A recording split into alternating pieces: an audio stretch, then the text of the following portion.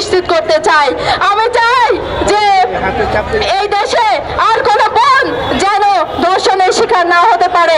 এই সরকার আমার কৃষক বাবার্স, আমার শ্রমিক ভাইয়ের টাকায় ট্যাক্স নিয়ে যমুনায় বসে থাকে, কিন্তু তারা যেন ঘুমন্ত রাজা, তারা দিনের পর দিন ধর্ষণ হয়ে যাচ্ছে। আজকে গতকাল মাগুরায়, তারপরে দিনাজপুরের অনিমা, আমার ঝিনাইদহের কালীগঞ্জের মায়া, এভাবে প্রতিদিন গড়ে 7 থেকে 10 জন শিশু, আপনারা বুঝবেন শিশু যাদের মধ্যে যৌনতার বিকাশ ঘটেনি, যারা কিচ্ছু জানে না, কিচ্ছু বোঝে না, নিষ্পাপ, যে বয়সকে সারা বিশ্ব সম্মান জানায়, যে বয়সকে সারা বিশ্ব কোনো অপরাধ করলেও তারা ক্ষমার দৃষ্টিতে দেখায়, সেই দেশে সেই বয়সে আমার বাংলাদেশে প্রতিনিয়ত দিনের পর দিন ধর্ষণ হয়ে যাচ্ছে।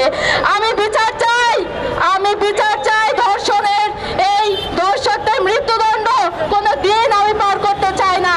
কেন 190 দিন, কেন 180 দিন, কেন আমার বোন আছে মরে গেছে এই দেশে, সে নিঃশ্বাস নিতে পারে না? ধর্ষক কেন এখন পর্যন্ত এই দেশে নিঃশ্বাস নিচ্ছে? আমি ধর্ষকের বিচার লাইভ টেলিকাস্টে চাই, যেন এই ধর্ষণ নামে যে ভাইরাস ছড়িয়ে গিয়েছে, লাইভ টেলিকাস্টে যখন অ্যান্টিভাইরাস তাদেরকে ক্রস ফায়ার দেওয়া হবে, তখন সকল ধর্ষক তারা দমিত হয়ে যাবে।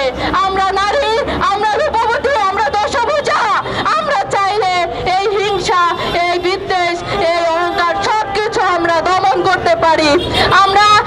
আমি ধন্যবাদ জানাতে চাই আমাদের ভারপ্রাপ্ত তারেক রহমানকে, যিনি লন্ডনে বসে থেকে সকল ধরনের দিক নির্দেশনা দিতে পারে, তার টিম পাঠাইতে পারে, অথচ আমাদের উপদেষ্টারা 8 মার্চ আমাদের প্রধান উপদেষ্টা নারীদের নিয়ে 8 মার্চ নারী দিবস